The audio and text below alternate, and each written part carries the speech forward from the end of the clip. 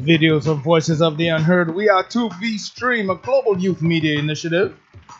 And you're keeping it ugly with me, Joe Ugly. And of course, we have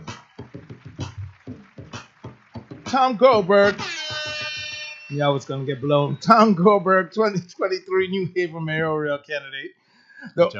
As we discussed, the opioid crisis here in the city of New Haven, as well as methadone clinics. We're going to deep dive into that. Also, we have, he's keeping it ugly with us, my man himself, Rodney Williams. Did I hit it on point? Yes, you did. About to get real ugly. It's about to get real ugly. Okay, good people. Rodney's an activist, a vocal fella here, and he does a lot here in the city of New Haven. We're going to deep dive into him. So I tell you what, wait no more, good people. Let's do this. Let's keep it ugly. My man, gentlemen, welcome. Thank you. Pleasure. Absolutely. I don't know. Whom do I start with? Tom? Uh-oh. Tom, he threw you out in front of the bus first, man. I mean, you were just trying to catch the number 4, right? I was the last one here, right? Last one in, first one out. All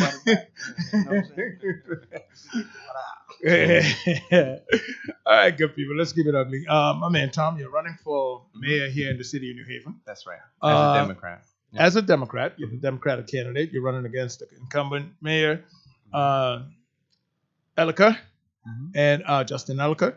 And you I'd like to discuss a few of your platform. Let's deep dive into it, if you don't mind. Well, I hope you don't mind. Well, you're here to talk. Well, maybe I could share a little bit about myself, and we could do that. We could definitely do that. He wants to tell me about himself. Go ahead. What you got there? What's that, Rodney? If you ain't got your goalie mask on, it's too late now. So, just real quickly, a little bit about myself. I grew up in the New Haven area. I was raised by 2 local public school teachers. They're both retired now. Now I got to interrupt. We're in New Haven? That's mandatory. I said the local area. I grew up in the Knox Street area, West Haven. Oh, okay. All right. We won't hold it against you. That was a good one. Yeah. Yeah.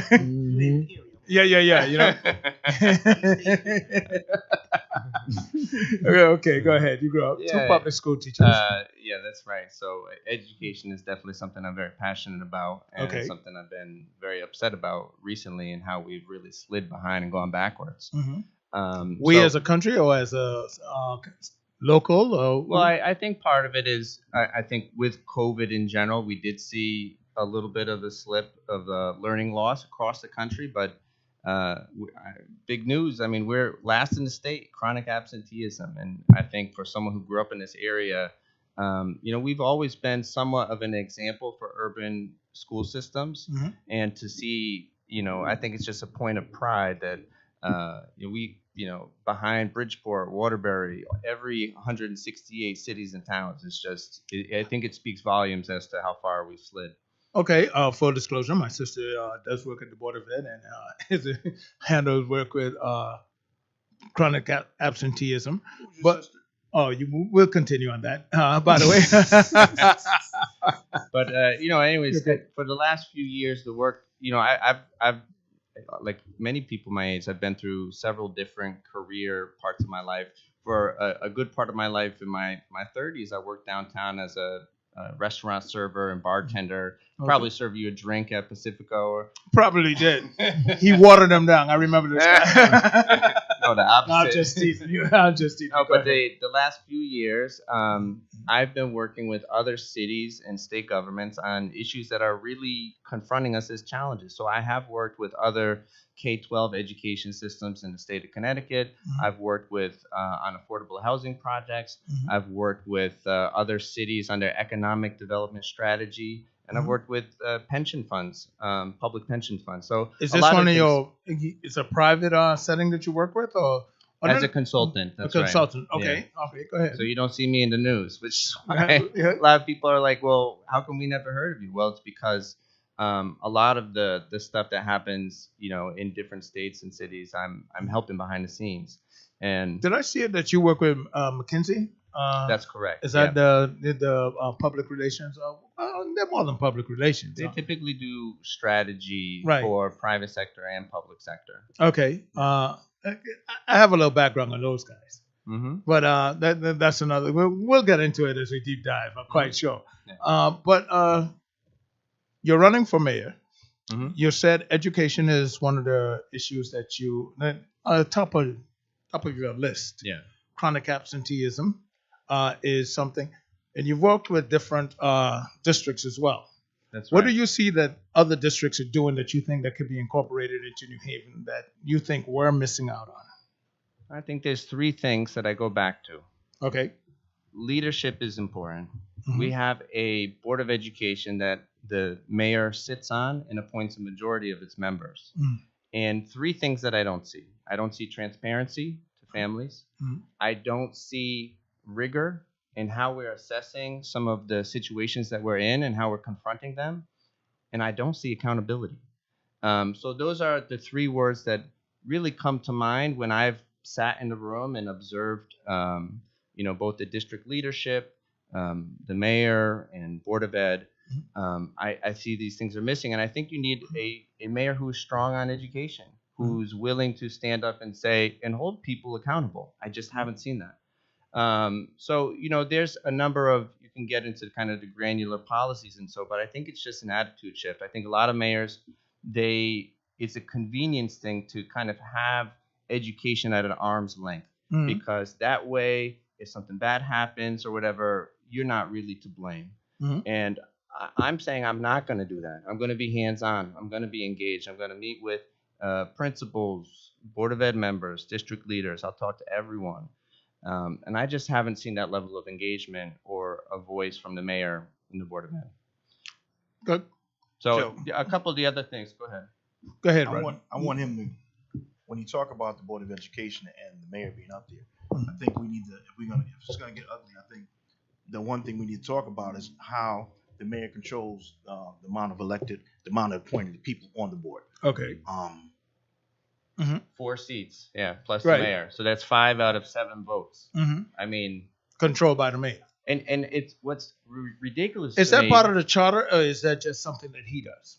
Well, hold on. Because if before we it's get part to of the that. charter, it's beyond him. Yes, right now we have the charter revision, but I think people really don't grasp the fact that the mayor has such a significant role in what's going on, because I'll knock on doors and I'll say, hey, do you have any concerns? Like, well, the schools are pretty bad, but that's not the mayor's fault. I'm like, hold on, I don't care if you vote for me or not, but you cannot give any mayor in this city a pass for failing schools. That's just not the structure works. So we can get to a different, what is the different structure that works. My own personal view on this, and there's a lot of diversity of views on what the structure of our Board of Education should be, et cetera. I think at the end of the day, we need a mayor who is actually engaged in the school system, whether it's an elected board or an appointed board. You got to have that. Oh, wait a minute. Let me make sure I clarify this to not only to myself, but also to the listeners and viewers. On one hand, you're saying that you need a mayor that's involved. But on the other hand, you're saying there are two involved because there's four seats that you appoint. No, I'm not. So please, no, I'm just going for clarification. Yeah. I'm not picking on you. I'm just going for clarification. Go ahead, Tom. I'm just saying I never said that the mayor is too involved. And in fact, I'm saying the opposite. The mayor has the authority to be involved. He is not using it. That's what I'm saying. Okay. So how would you say it should be used? Just go for it. Feel free, man. Let's keep it up. Let's go back to You're keeping it up, when we man. had a long relationship with in the DeStefano era, and Dr. Reggie Mayo was the superintendent. There was a very close relationship, and there was a kind of unity of like what the direction we were going in, and that's completely been lost. I mean, even it doesn't seem like there's a vision. It doesn't seem like the mayor has a vision of where things need to go and how they should go. And it seems like there's no control. It's just dysfunctional. And I think that's part of that is leadership style. I think part of that is actually doing the work to talk to individuals behind the scenes and get them to come to your side. You have to persuade with logic and reason, and that's what a mayor's supposed to do. Rodney, what say you on this? I just feel like the Board of Education, the curriculum. Like I feel like when you look at what's going on in this region, I think that they should look at training and teaching kids and educating them to get a job in the fields that are here. Because when you look at everybody ain't going to college, right? Everybody ain't going into services. We going into the workforce, and the things that they actually teaching in the school system, it don't teach them nothing to really prepare. They graduate people to nothing. But that Rodney, that goes a little beyond the city. Let's be honest. It started 40 years ago with the Reagan administration, who specifically targeted the shops, home ec, those classes, VOTEC courses out of school. It was specifically targeted. And if you look at it, it actually started with the Nixon boys. Carter came in, slowed it down. And Reagan came in after. I mean, you guys might be too young to know this, but you're on point with me. Reagan came in, and they backfired. They took it out. And the only reason for that is because when you look at who was funding the civil rights era, one, doctors and lawyers and professionals, it were mechanics, barbers, hairstylists. So it was important. So that was a national drive to get rid of those schools, those courses, those VOTEC courses. Weren't feeling the repercussions of that. So what are we looking at now to put those back into the schools? Yes, they're needed. But where do we look at it? Do we look at it at the local government? Or do we look at the state government? Or do we look at the national? Well, listen, I went to Hill House. When I was in Hill House, we had shop there, we had carpentry. Which I can guarantee you ended like around 88. I left in 84. And around that time, you're absolutely right. Yeah, that's exactly when it ended. Over at Cross. They had mechanics over. They wiped it all out. That was all part of the plan. That was all under the Reagan-Bush era. So what I'm asking is this: that does the state have to make a decision for what the residents in our city need? Close to that. What our residents need? Like when you look what's going on, technology, everything here. You mean to tell me that we can't, in our own city, decide that we need to invest more in that curriculum? I don't see why we can't, but when you have a national effort to pull forward, because we do still get federal dollars for schools. So, and they're earmarked for, if my understanding of it is correct, it's earmarked for certain things. Most of the fund is state, though. Okay. About 15% or so is from federal. Okay. So, yeah, but how do we get that back? Because we also got to fight now against the VOTEC schools that built their name in the last 30 years. It's only one, Eli Whitney. No, they got Platt Tech. In our community. In New Haven. Yes, right, exactly. But that's exactly right. And it's a shame that we yank those things out. If you look at the structure of this, like you said, you had shop, you had mechanic stuff. We had that over at Weber Cross as well when I was there. And I'll tell you right now, when you look at the structure of how this is in place, how this stuff was removed, you realize that it was not just that. You had a 12 or 13-year-old have to make a decision for the rest of their lives. You're in 8th grade. Remember this. 8th grade, you got to make a decision if you're going to agree in VOTEC or not. So maybe just ahead. 1 or 2 points. So I think there was a trend over the last couple of decades that we got to push more and more kids to go to college. College is the way to success. Started in the 80s. Yep. And I think, for those that's their pathway, that's great. But we have to realize, I think it's like only a third of American citizens actually have a 4-year degree. And then you have a lot of people that maybe go to college, don't complete it, and then you're stuck with the debt. You need to have career pathways for everyone. And so for those that, want to go to a path that requires college, sure, that's good. But we have to make career readiness in each and every school. One thing I want to say from my own experience. So I told you I was a bartender here in New Haven, and then I ended up working at McKinsey, one of the hardest places to get into. I mean, people, I think they're the number one employer to SOM grads, and I didn't go to any graduate school. How did I do that? I went through a non-accredited coding boot camp. It was 7 months, Mm. and I went from making a bartender salary to making not a six-figure salary, but pretty getting up there. And that was a huge realization. People around me, I didn't know anyone that did this. They thought it was a scam. They thought, you're wasting your money. But actually, it's knowing where the opportunities are and showing kids that they have that opportunity. You brought up a good point. Knowing what the opportunities are. Well, I need you in that mic because I want the listeners to hear you. Right in New Haven, yes, the opportunities in construction. Right. There's billions of dollars worth of work being done here. And if you look at all the people that's doing the work, 90% of them are white. White. Absolutely. That didn't go to college. Right. That they went into the trades. Right. And here, everybody telling the black and Hispanics we need to go get a degree, but the white people telling them go get a trade because they're making hundreds of thousands of dollars, and we're not. And so there's a lot of change that. And there's a lot of nepotism involved in that as well. There's a lot of stop sets also. Like you have to be. I know you got to go in the union. You have to be, and you have to have so many hours. You have to do this, and then a carpenter can't get long-term work. An electrician can't get long-term work, and we're shut out from certain areas. Nothing pisses me off more than when I drive down the highway and I see the only time that you see blacks, I'm specifically highlighting blacks because that's what I see stand out. The only time you see blacks on a construction site is when they turn in the stop or slope ghost line on the damn thing, or they sweeping up, or they doing the menial jobs. Meanwhile, you have, like you said, someone who did not go to college operating the backhoe.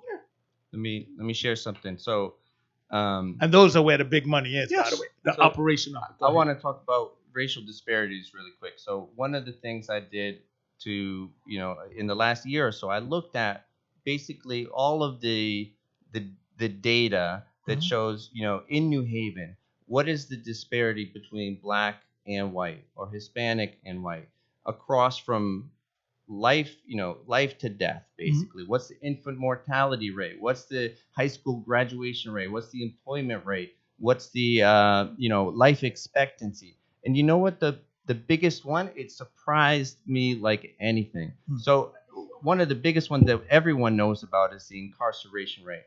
You're 7 times more likely to be incarcerated in New Haven if you're black than if you're white. If you're a black male, that goes up to 16 times. But there's one even higher than that. You know what that is? What's that? The likelihood of owning a business is 22 times less if you are black.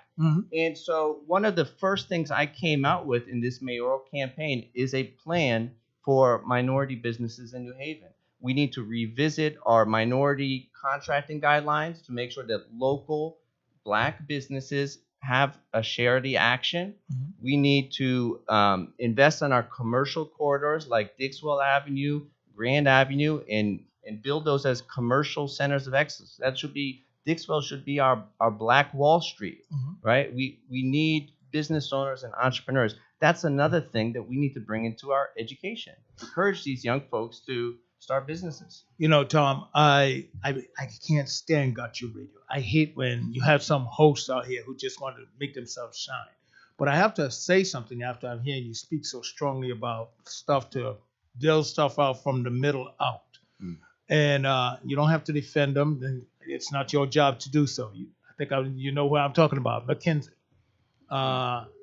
They have a low reputation of what their philosophy was there of blowing out middle management. I mean, McKinsey does everything. I mean, 90% of this is all publicly reported information. Obviously, I can't share any details of the work I've done because of disclosure. But 90% of the Fortune 500 do work. So whatever, between that bottle and this computer or whatever, McKinsey was probably part of some of it. And similar with this was their philosophy, spearheaded by one of their heads to blow out middle management. I would be careful about that because part of the way I can break it down a little bit. My understanding. Okay, that's what I'm looking for. Which is it's just our understanding. This is what I have done my research on. I know. And I keep track of the companies like that.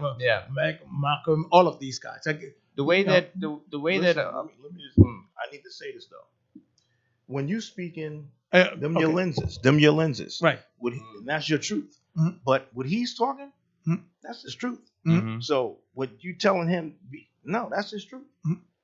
You know what I mean? I'm just going by my that- research yeah, and just that's doing his my truth. homework. Like he Uh, listening to what you saying, but he's, you brought up something about black economics and this and that. Let me tell you something.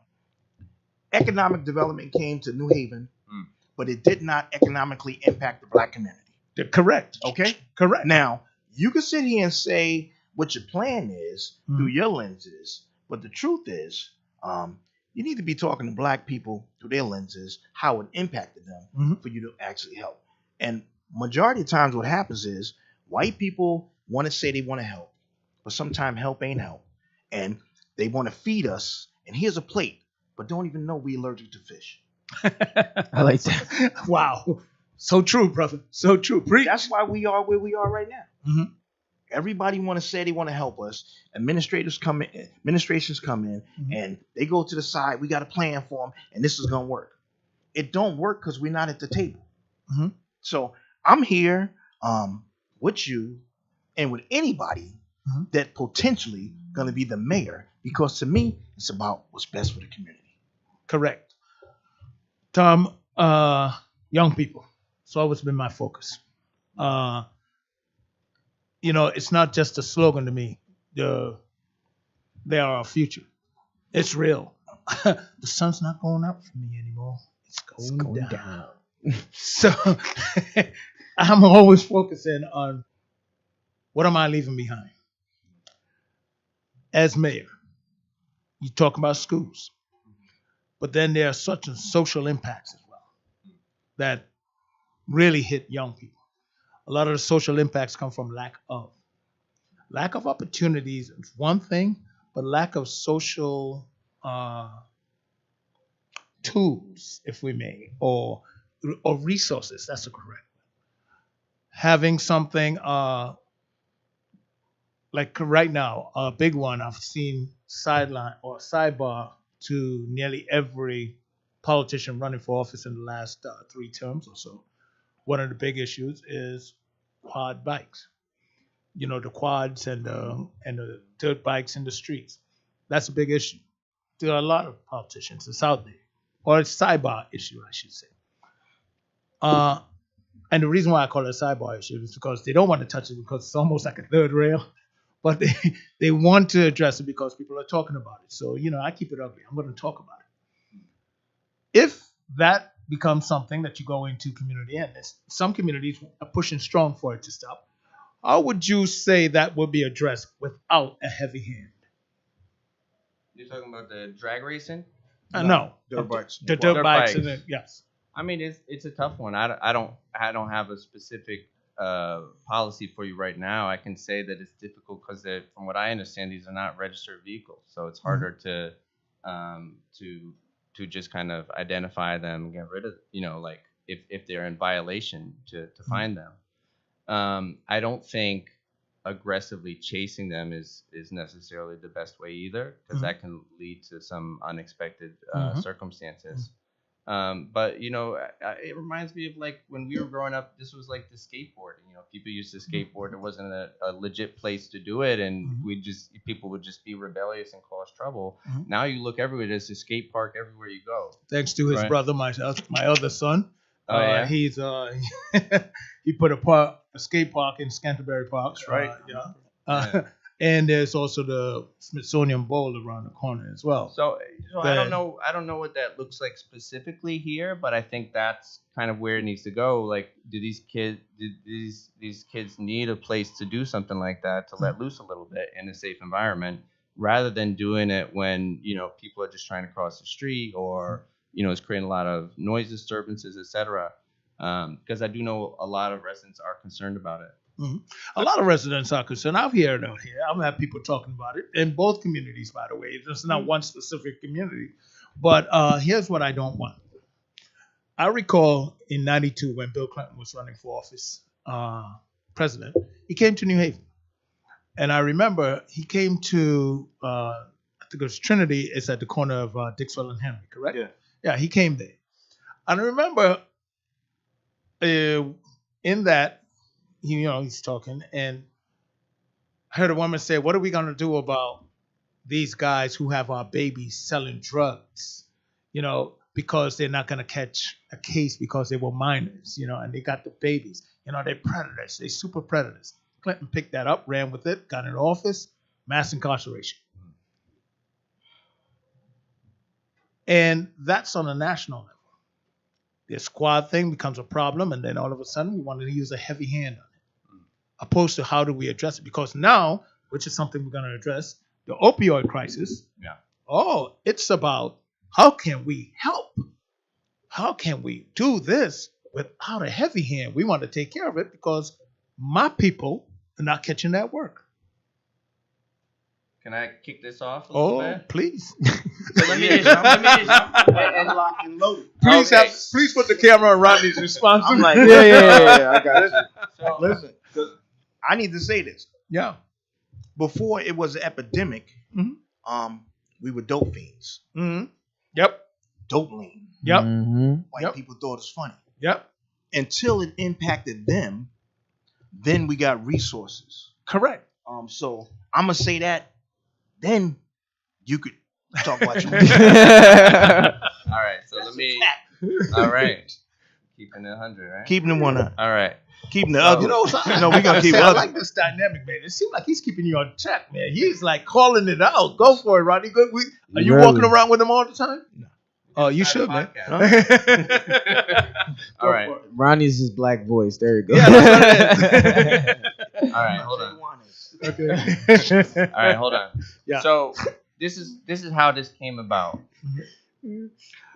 I had conversation with people. I knew that there was concern, especially I think starting with the New Hallville area and the plan to bring a methadone clinic there. And full disclosure, my wife is a professor of public health, and so she does not take lightly, the need of public health to save lives and to build, healthy communities. But I needed to understand what was the actual impact. So what I did for a week, I just hung out at methadone clinics. And you could read my diary. I have a 3,200 word diary. If I could just read one paragraph to show you a little sample. I wanted you to hit me with some highlights. Hold on. All right. I don't know if I can let you read a whole paragraph. No. Go ahead. I'm going to be honest with you. If you're getting boring, I'm going to cut it because it's not going to be boring. Go for it.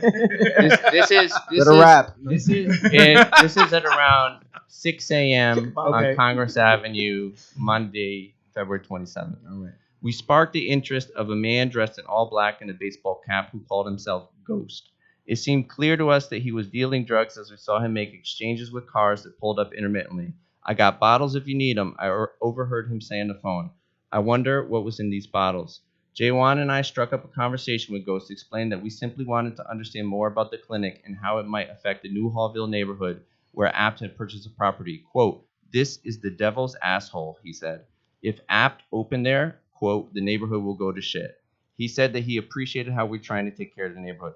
These are the kind of conversations I had for a whole week. I talked to patients. I talked to staff at these clinics. Mm-hmm. And let me just go to the first thing, which is this is 300 feet away from a school. And guess what? The school was there first. Mm-hmm. We just looked up the deed for the property. Apt purchased the property 2014. John Daniel School was opened in 2006. This should never have happened. End of sentence. I think what I'm asking is everyone. Slow down. Let's talk about why it happened. Mm-hmm. The majority of the people that actually go to the App Foundation is from the suburbs. Right. Okay. So that's if you're gonna keep it ugly, let's keep it ugly. Yeah. You know what I mean? Like you talking about you coming up here to expose it. Let's talk about that. They put it there so people that look like yourself could come here for treatment and blend in. Mm-hmm. And blend in. Look, I'm going to tell you this much. I recall when a certain clinic was not a clinic, but a facility was coming to support. I believe it was supposed to be women who were having drug issues and that type of stuff was coming into Prospect Hill. And I said, oh, wait till they put one black woman in there. I haven't seen it. It's been up there for a minute.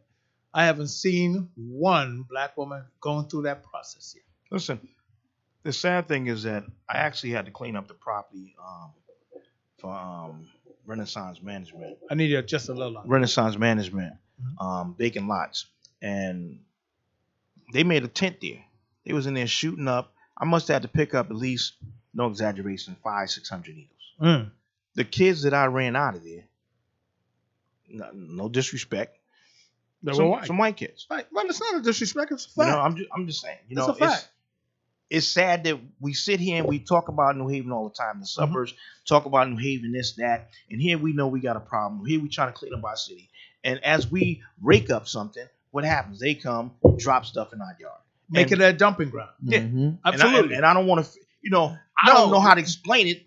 I don't want nobody to feel that it's trash that's coming. But how do we clean up our city? Hold on 1 second, Rodney. No need to break out the fabuloso. Yeah.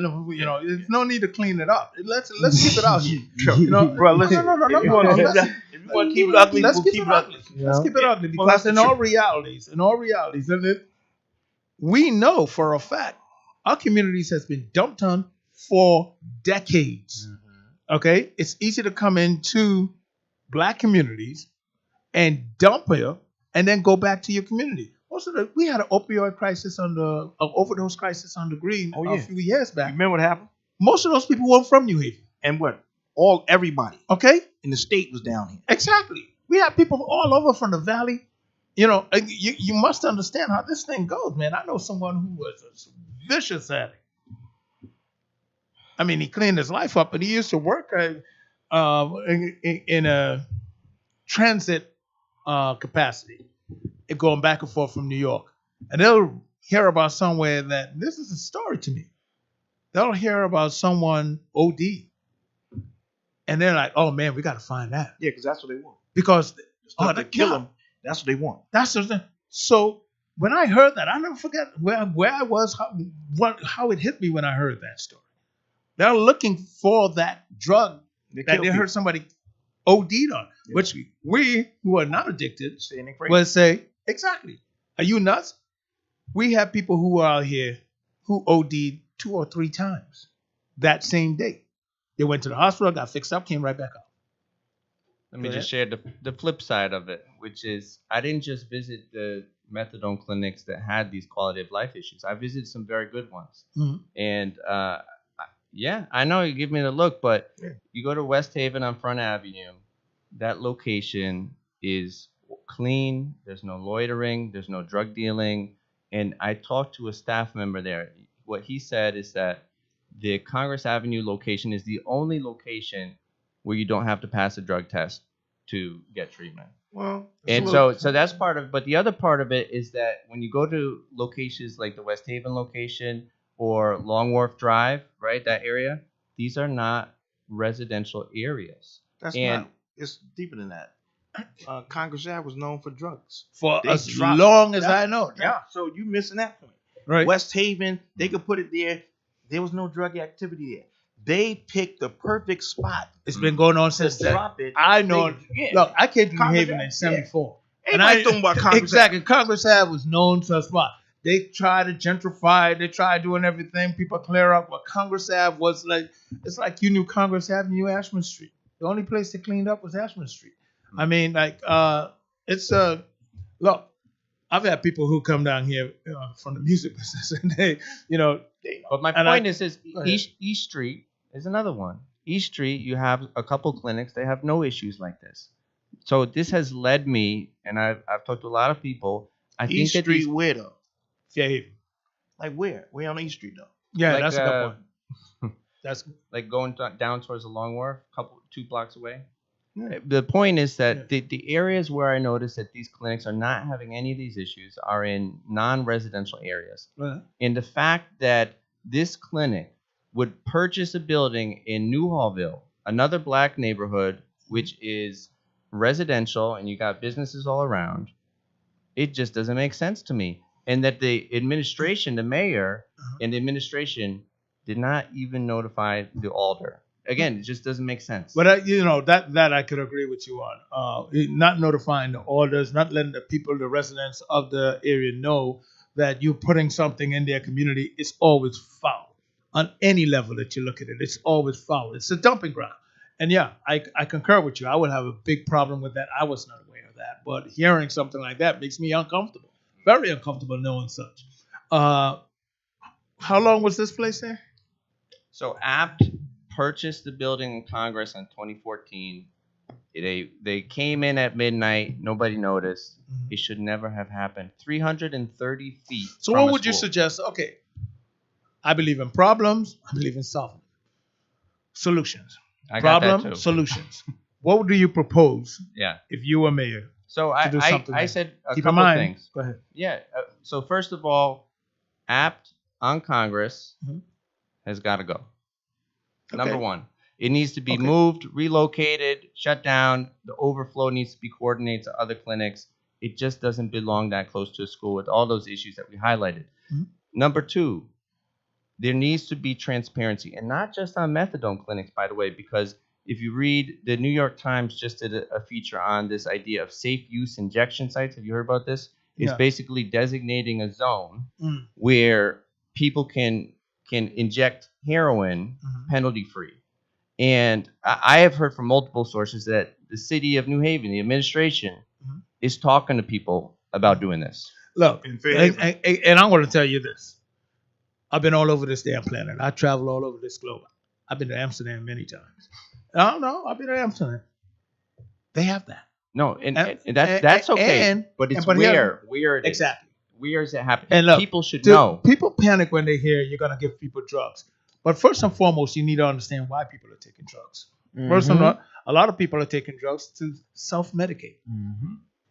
And if we don't have the resources on one hand to help them, and then they picked up an addiction trying to self-medicate, we got to do something about it. And we just can't expect these people to survive without doing Well, vicious stuff. This is why I Time get, out, though. This is Yeah, where go ahead. humanity got to kick in. Go You ahead. got a good point.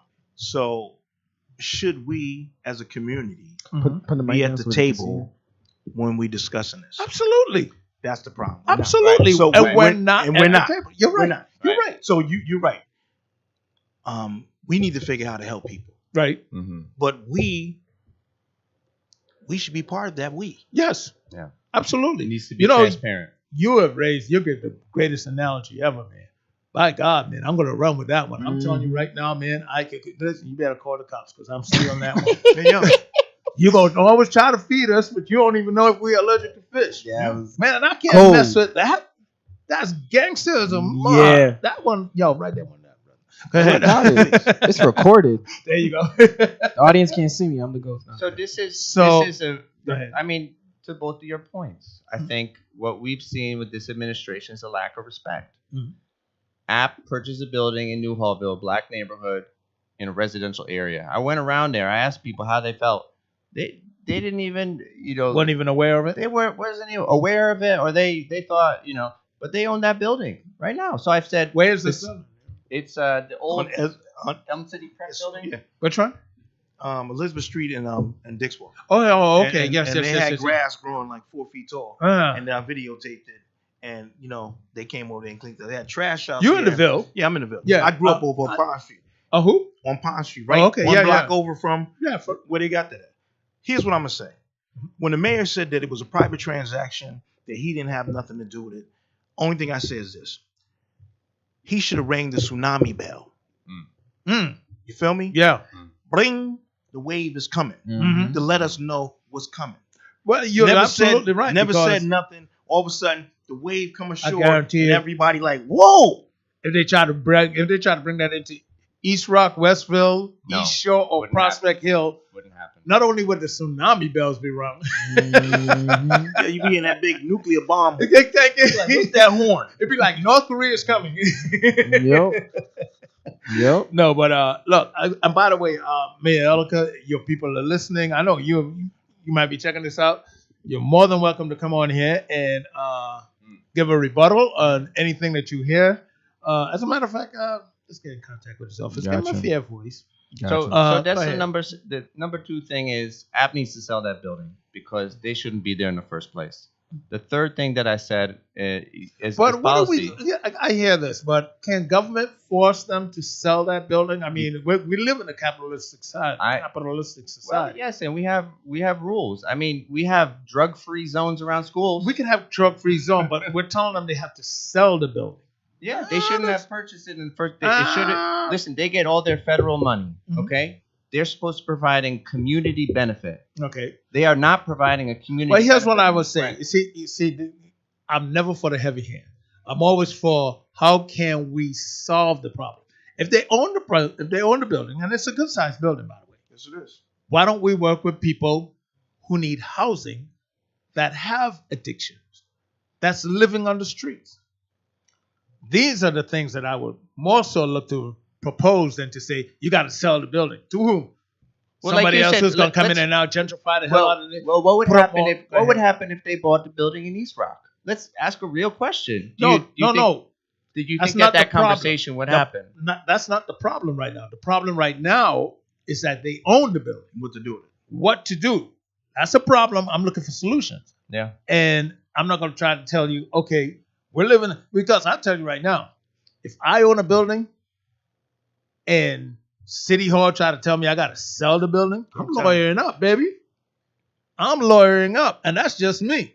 So This you is think of this different, though. organization. This This is is what different. no, you can't tell them they got to sell it. They can tell them you got to do something else with it. You can't have a clinic here. Well, here's one thing I do. I think. If they're They might be getting some money.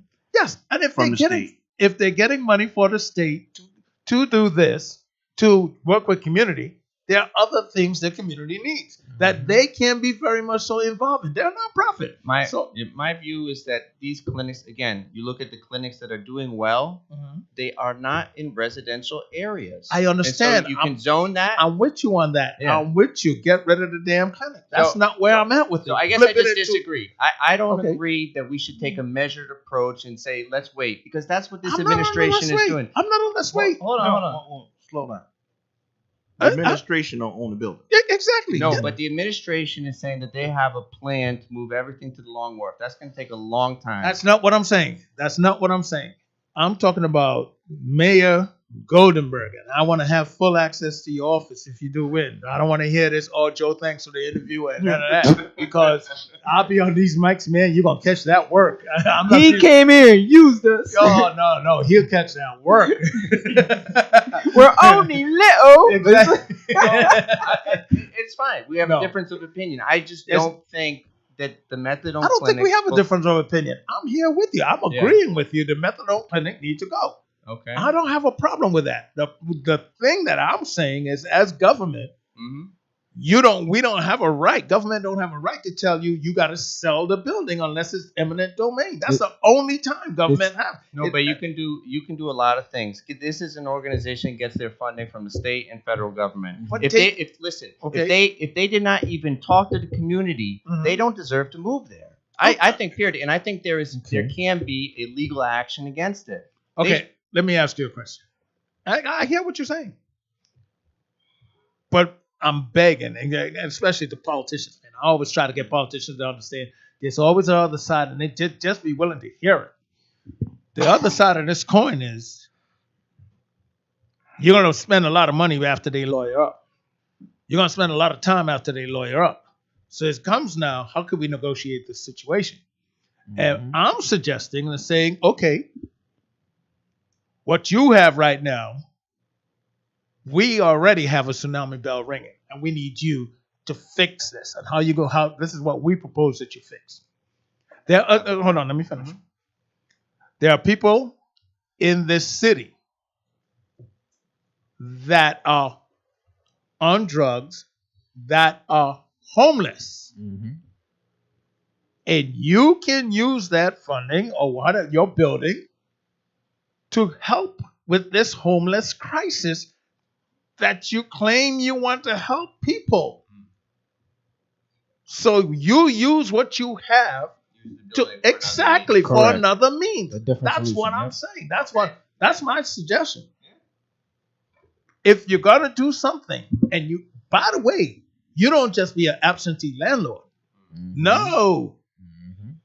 Now you get to implement your rules and regulations going forward. Mm-hmm. So housing, just providing housing. Housing. Okay. That's where I'm at with this. Yeah. Because look, let me tell you something. There is nothing. The only time it seems that people care about homeless people is when it's bitter cold outside Mm-hmm. and they see someone with Opening a up the blanket warming- wrapped up in the the corner. warming center. Exactly. A warming when center. it's raining, Just think listen, of that. A when it's warming raining, center. When it's raining in the summertime, they Exactly. getting soaking wet. Exactly. Yep. Hurricane coming. Exactly. They ain't opening up nothing. We don't really have a functioning social safety net in this country, and that's part of the And broader we can, problem. and as a mayor, I would suggest that we look at things that's gonna help, and we could do on a micro level Mm-hmm. and watch it expand. Mm-hmm. I know we could do on a micro level. We could buy some vans, Mm-hmm. hire people, Mm. and some of these people that don't live in our city, when we get the IDs, we could bring them back downtown where they live at.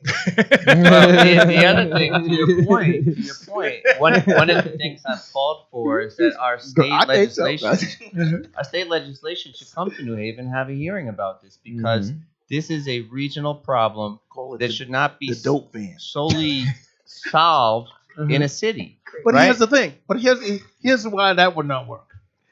There's too much economics behind it. Yeah. And oh yeah, you best believe when you see, look, Brantford, Guilford, Madison, they all have drug problems. But you're not gonna ever hear about that. Woodbridge, Bethany, all these places, Cheshire, they all have drug problems. And there's one simple. They got crime out in those places too. I always say when you hear crime in our community, it's usually retaliation. You hear crime in the suburbs, you better check an insurance policy. You know, that's the first thing, and that's a reality. And there's nothing worse than sleeping next to someone and you're planning on killing them. I think that's to me is the worst. But crime is crime. But anyway, when you look at this, these people have crime and drug use and all types of stuff in their communities. But we don't hear about it because of the economics. And the economics is property value. Property value. They are not going to let their property value down. You will see their report. Go to the Brantford have the police blogger. You go in there, you read those police bloggers, and you see how they bury their stuff because it's public information, but they bury that stuff. So, oh man, two guys walk across the street, walk across Whaley Avenue at the wrong time of the day. Oh man. And they were carrying guns, and they were doing this, and there's so much more. Meanwhile, there are all types of stuff going on in the suburbs. So how do we address a better quality of life without not addressing that this city should not be the dumping ground of the county? But that's a good point. I have one point for that. I'm going to go. Well, go ahead. I want to hear. I think we're running on the clock right away. This is great, man. We got to have part two. Yeah. There was a time when New Haven was disrespected. Oh, but it if you was. When was this? Was? No. Hold on. What? No. Just because the disrespect has changed from one area to the next, don't mean it ain't. What year we talking about? Let me finish. All right. You said a time. So Still is. No, but things have changed across the United States in terms of cities. You cannot have economic growth for this state unless you invest in cities. Period. Full stop. That's true. Young people, where they want to live. In the cities. Where's innovation happening? In the city, right? Connecticut, our state, look at them bleeding all these companies, Lego, GE, etc. They're all leaving, right? And where are you going to get new companies? Where are you going to get new jobs? New Haven. The state has to invest here, and so we need to have a seat at the table, and that's what I'm going to fight for. Look, I hear you as far as it goes to Kick Rocks. Where did they go? Boston. Yeah, they try to shake us down. They try to shake down the state. Yeah, all these tax breaks. And like, get some tractor trailers and haul these. We don't care. Bye. See you when we see you. Well, we got some other stuff. Corporations has been raping cities for the longest. Okay, and we have to be mindful of that working with corporations. We tend to forget to invest in smaller companies, nonprofits. I mean, we do need big companies, but you know because they hire in bulk. I get you. But but It's But 50-50, it's 50-50, right? But when when you you- the state, yeah, but but let's talk about something. The housing I'm watching the clock. Go the for it. housing that's being built here, the jobs that are being created here, Mhm. the housing for people that don't live here, the jobs for people that don't live here. Mm-hmm. Oh yeah. I Right. would say you need both, okay? I think that we need to grow our economy in New Haven and we How? need to invest locally. How we grow the economy? You look at growth industries. Where do we have a right as a region to win? Bioscience, clean technology, healthcare innovation. These are things that are getting massive amount of funding from venture capital. Now, the thing that you point rightly is that's not enough. You got to look at how we have our marginalized communities and disparities and how to create those. Construction. You about to do Long Wharf. You're doing Mhm. the Coliseum. It's still billions of dollars worth of work. I gotta tap on this real quick. Bear with me a couple minutes. Take it. And Bring us I home. I'm part of the process, so I could talk on this. Housing in New Haven. Mm. It's a massive issue. Yeah. Gentrification all over the city. People are being misplaced. People Yes. are being pushed out. People with jobs can't even afford the city of New Haven. You come downtown, forget about it. Downtown is not even for families. Mm-hmm. Hell, I live in a building it's not a family-friendly building. Right. It is professional-friendly. Okay, so and I say this because I think of people who have families and want to grow them up. Like my building, I love to see more families in it. But most of these buildings that are going up, these permits that are being pushed up, they're not for families. Let me You share say. one thing about we're short on time, right? Yes, but go ahead. well, let me say one thing. Property taxes, Mhm. something we don't really think. This last property reassessment they did, Mhm. who did it hurt the most? People Black of- yep, and brown. yep. People of color. Yes. Mhm. And what I released a ward by ward. How much did the property taxes go up in 15-16, in 2021? Over 40%. We typically hear this 40. Right. You imagine that paying, if you pay 1,000, you're paying 1,400 next year, or 10,000, you're paying 14,000. Families are going to get pushed out of their homes, and so one of the first things I'm calling, we're going to freeze property taxes, and then for the issue of rents, we need some rent stabilization. And this is something, there was an effort that didn't get through. I think there's an opportunity to create something that's fair to both renters and property owners. I want to work with the state legislation to get something through that we can enable here. Joe, Yes. here's what the problem is. We're building in the city. Things are being added to the tax base, but as they add things to the tax base, nonprofits is taking things off the tax base. Mm. That's what you're not talking about. So we basically got a hole in the bucket. Well, we need not- to stop. Well, I wouldn't that's- blame the nonprofits, me being part of one, full Well, disclosure. Yale. But what I would say I'm talking is- about just buying the buildings Uh-huh. and taking them off the tax roll. The only one who's doing that is Yale University. But yeah, but there are different ways that we can look at how we're gonna work with them. Big Blue and I, we have the love affair, a love-hate affair, man. It's a wave. It's a wave. The taxes, and trust me, that came from a credible source. That's a fact. true. What I just said, that's what the truth is. Oh no, I understand. What I'm saying is as far as it goes, when you have the corporations that are getting these tax abatements, and what are they doing when they build? I mean, if we're not building stuff for families, we're building stuff for transitions.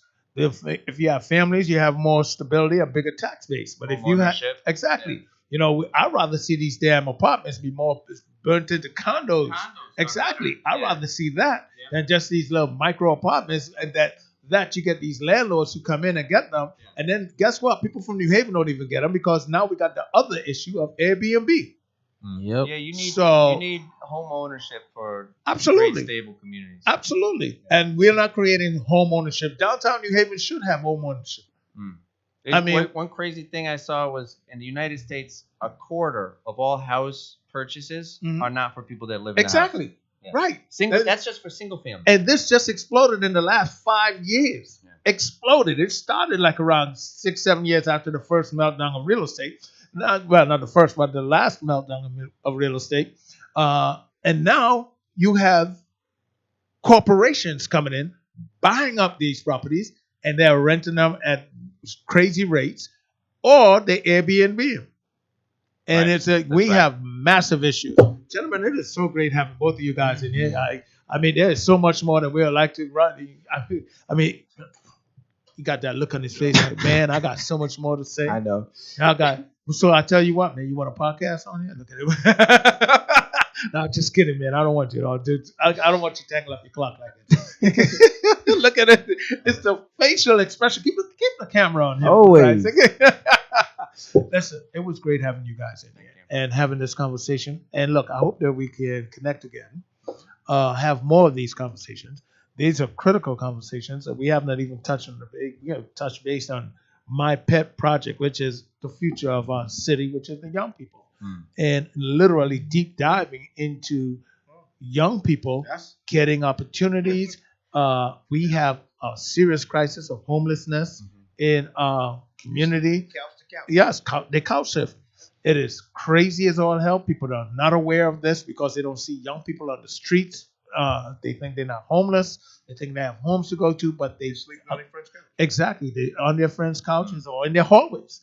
It is crazy. All right, good people. Wait, hold on. This has to do with the topic. Just right now, breaking news from New York Times. A $21 billion settlement meant to stem the opioid crisis had made it hard for patients to obtain an array of medications for common conditions.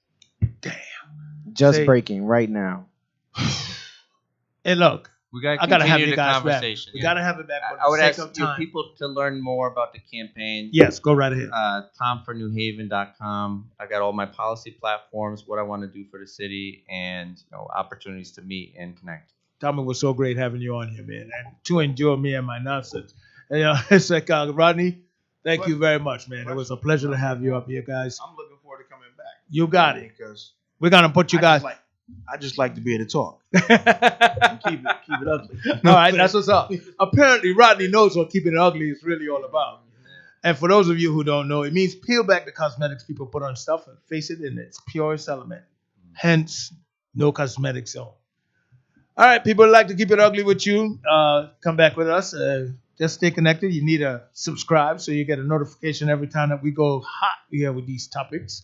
And and you will see this interview and other interviews popping up in our different platforms. Until then, I tell you guys, stay connected, keep it ugly, and we'll talk. So let me tell you something.